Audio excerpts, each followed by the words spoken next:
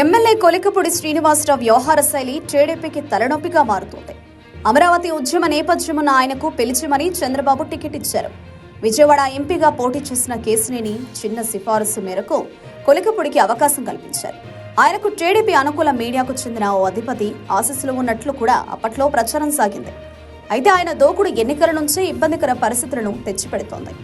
కూటమి ప్రభంజనంలో తిరువూరు నుంచి గెలిచారు కొలికపూడి. కానీ గెలిచిన తర్వాత ఆయన తీరు మారింది. రోజుకో వివాదంలో చిక్కుకుంటున్నారు. పార్టీకి తలవంపులు తెస్తున్నారు. దీంతో కొలికపూడి విషయంలో ఏదో ఒకటి తేల్చుకోవాలన్న పరిస్థితికి టీడీపీ హైకమాండ్ వచ్చినట్లు తెలుస్తోంది. ఆయనకు షాక్ ఇవ్వనున్నట్లు సమాచారం. ఓ సర్పంచ్ పై ఆయన అనుచిత వ్యాఖ్యలు చేశారు. అందుకు మనస్తాపానికి గురైన ఆయన భార్య ఆత్మహత్య యత్నానికి పాల్పడ్డారు. డ్వాక్రా మహిళల విషయంలో సైతం అదే దూకుడు ప్రదర్శించారు.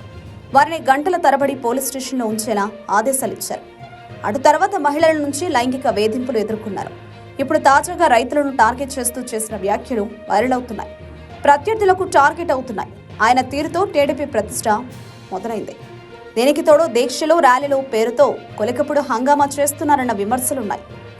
హైకమాండ్కు ఫిర్యాదులు వెళుతున్నాయి. ఈ నేపథ్యంలో అధిష్టానం కీలక నిర్ణయం తీసుకున్నట్లు తెలుస్తోంది.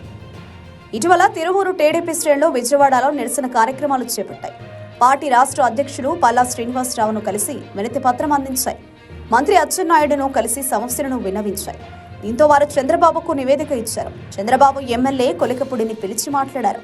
కీలక సూచనలు చేశారు. ఇటువంటివి మరోసారి పునరావృతమైతే కఠిన చర్యలకు దిగుతామని హెచ్చరించారు. అయినా సరే ఆయనలో మార్పు రావడం లేదు. రోజురోజుకు పరిస్థితి శృతిమించడంతో టీడీపీ హైకమాండ్ ఏదో ఒక నిర్ణయం తీసుకోవాల్సిన పరిస్థితి ఎదురైంది.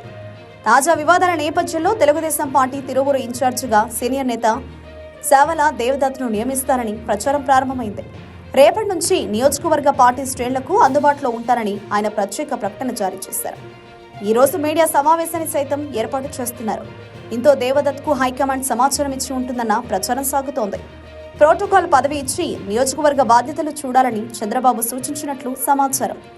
ఇప్పటికే అధికార వర్గాలకు సైతం ప్రభుత్వం నుంచి ఒక సమాచారం వచ్చిందని, ఇక నుంచి దేవదత్ ఆదేశాలను పాటించాలన్నది ఆ సమాచార సారాంశం. అదే జరిగితే ఎమ్మెల్యే కొలికపూడి డమ్మీగా మారడం ఖాయమన్న ప్రచారం నడుస్తోంది.